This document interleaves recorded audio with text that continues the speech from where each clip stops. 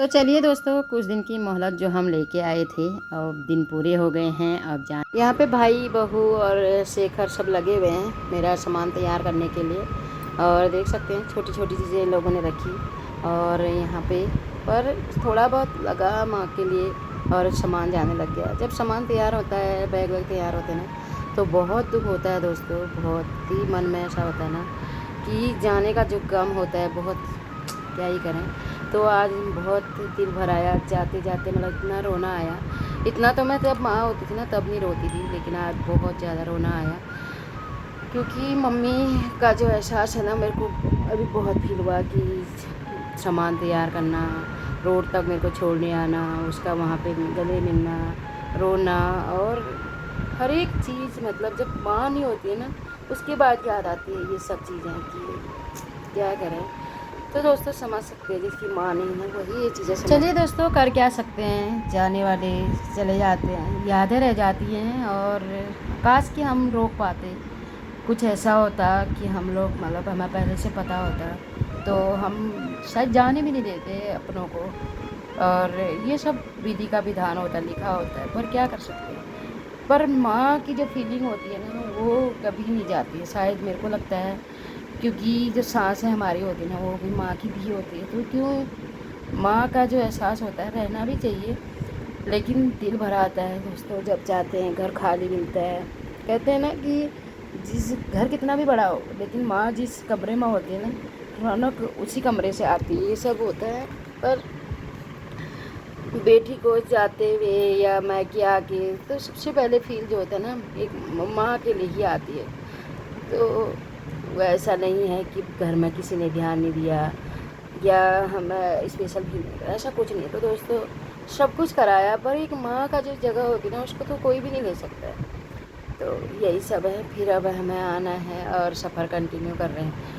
तो देख सकते हैं कितना सुहाना सा सफ़र हो रहा है। रात भर इतनी बारिश हो गई थी और हमें लग रहा था कि आज हम नहीं जा पाएंगे, लेकिन फिर इतनी अच्छी धूप भी आई और हम लोग आ गए। और ये है हमारे ही गांव का ही व्यू है। आगे को सफ़र में हम चलते जा रहे हैं और ये देख सकते हैं जाना ही है। तो दोस्तों कुछ दिन की छुट्टियां पड़ी थी, तो हम लोग गाँव आए थे और हंसी खुशी मस्ती करी खूब। और अब निकल रहे हैं यहाँ से। तो ये रहा हमारे गांव का व्यू और कपकोट का, आंसू का, ये सब का। तो फिर हम पहुँच गए यहाँ बागेश्वर। तो हमारा गाड़ी में जो है सामान लोड होने लग गया है। तो देख सकते हैं बहनें आई हैं और कमल भी आया है, नंद का बेटा कुछ कुछ सामान लेके आए हैं मेरे लिए। सीता लोग छोड़ने के लिए, हमें रेखा भी आई है। हाथ ऐसे हो गया इसका ही। जा रहे हैं हम दिल्ली, छोड़ने आए हुए हैं ये लोग नाश्ता वास्ता करके। कमल भी आया है। चलिए दोस्तों, बहनें भी चली गई हैं और अब हम अपना सफ़र आगे को कंटिन्यू कर रहे हैं। बागेश्वर से हम आगे को निकल गए हैं। तो यही सब होता है दोस्तों पहाड़ों में। आपने देखा होगा वीडियो में मेरे को कितने लोग छोड़ने के लिए आए हैं। भाई लोग आए हुए हैं, ताई जी लोग आए हैं, ताई लोग हैं और भाभी लोग हैं। सभी लोग जो हैं वहाँ पे स्टेशन जो हमारा है मेन, वहाँ पे छोड़ने के लिए आ गए हैं। तो इतना गंदा लगता है ना, इतना बेकार लगता है यहाँ को आते समय, क्या ही बोला, मतलब उसको हम बयान नहीं कर सकते हैं। और वहाँ का जो भी लोग हैं, हर कोई चीज़ हम लोग मिस करते हैं। तो दोस्तों नीचे आते समय ना बहुत बेकार सा लगता है, एकदम सम्मान भर जाता है।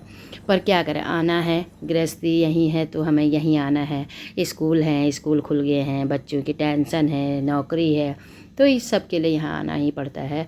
लेकिन जो एक महीना हम सब कुछ भूल जाते हैं जब जाते हैं ना एक महीने के लिए हम गाँव, तो ये नहीं सोचते हैं कि हमें दोबारा नोएडा भी जाना पड़ेगा या हमें फिर से वही दिनचर्या शुरू करनी पड़ेगी।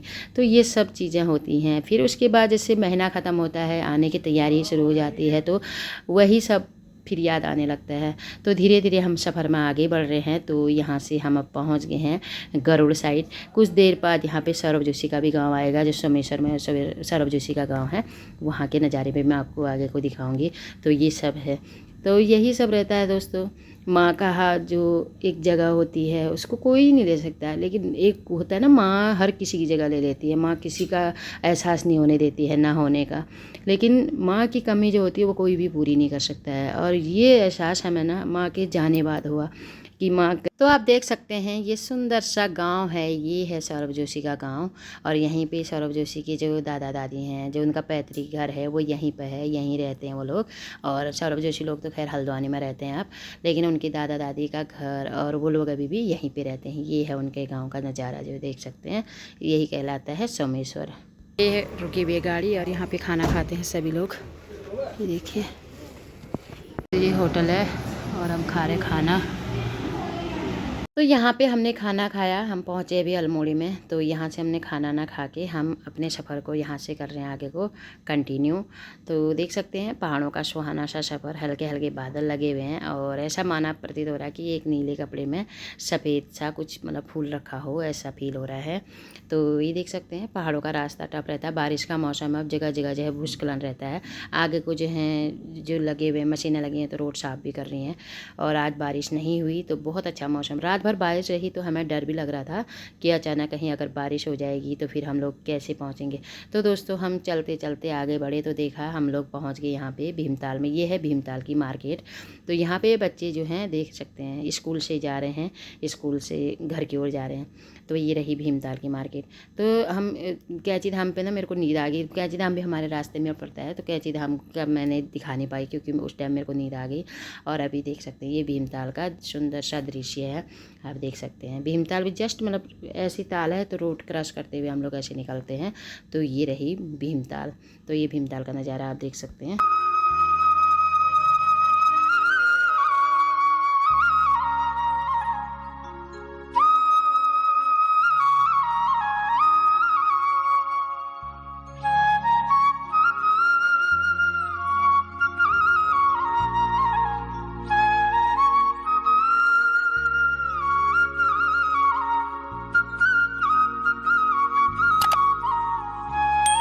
तो हम पहुंचने वाले हल्द्वानी और यहाँ पे हम लोग रुके हुए हैं चाय पाने के लिए। निखिल भी हुए यहाँ पे बाल काट दिए हैं। यहाँ पे मेरी गाड़ी रुकी हुई है, तो थोड़ी देर में हम लोग यहाँ चाय पीते हैं। तो देखिए इस जगह पे छोटे छोटे होटल हैं, ये देखिए जंगलों के बीचों बीच भी बैठे हुए हैं चाय के लिए। यहाँ पे है मक्के, ये देखिए भुट्टा, मैगी भी ले ली हमने, खा ली है। उसके बाद ले रहे चाय, निकल घूम रहा मस्त। चलिए दोस्तों फाइनली हल्द्वानी भी पहुंच गई हैं। ये रहे ये है हमारा हल्द्वानी, ये है। और यहाँ पे देख सकते हैं जगह जगह पे कुमाऊँ की जो एक वो होती है ना पहचान, उसकी जगह जगह पे पोस्टर लगे हुए हैं, ये देख सकते हैं। और हल्द्वानी अभी पहुँचे हुए हैं, 5 बज गया है। और आगे को सफ़र करते कंटिन्यू। बस यहीं तक पहाड़ का दृश्य हमने देखा और यहाँ तक ही पहाड़ थे। अब तो ज़्यादा जो है शहरों की तरफ पहाड़ दिखेंगे नहीं। और गर्मी के हाल बेहाल वही सबको पता ही है क्या हाल होते हैं। तो ये देख सकते हैं सुंदर सा दृश्य जो है हल्द्वानी का। तो यहाँ पे एक छोटी सी बच्ची गाड़ी में है ना, तो वो देख रही है। और अभी तक तो वो सोई हुई थी क्योंकि घुमारी टाइप में हो रही थी। और तो अब आगे को जो है देख के बोल रही वाह। हम अपनी मम्मी को पूछ रही बार बार कि हम पहुँच गए क्या मम्मी। तो बता रही कि अभी तो पहुँचे नहीं, हम हल्द्वानी में हैं, तो कुछ देर बाद हम लोग जो है नोएडा दिल्ली पहुँच जाएंगे। तो ये देख सकते हैं आगे को कंटिन्यू हम अपना सफ़र कर रहे हैं दोस्तों। आज हमें बहुत गाड़ी चेंज करनी पड़ी।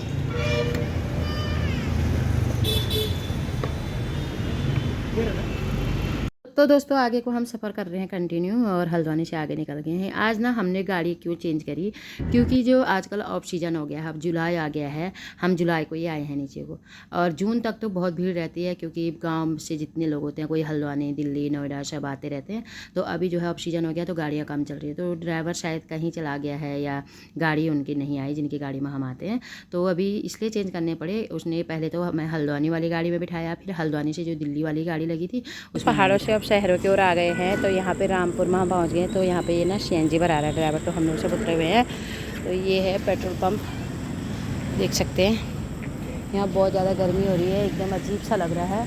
अभी मतलब पहाड़ों से आके ना शहर में कुछ दिन एडजस्ट करना बहुत टफ होता है हमारे लिए। तो ये देखिए यहाँ पर मैं खड़ी हूँ अभी, तो गाड़ी में बैठ के निकलते हैं आगे। तो यहाँ पर मैं चल रही हूँ, थोड़ा बहुत पैर सूज के ना ऐसे हो गए, चप्पल भी पैर में नहीं जा रहे हैं दोस्तों की है। तो यहाँ खाना ना खाते हैं, फिर बढ़ते हैं आगे। निकल रहे खाना खाने के लिए, बड़े होटल में बैठे हैं अभी खाना खाने के लिए। देखिए पे हमने खाना ऑर्डर करा, एक ही थाली हमने ली। हमने पहले बोला कि चलो एक थाली ले लेते हैं, अगर पेट नहीं भरेगा फिर देखेंगे।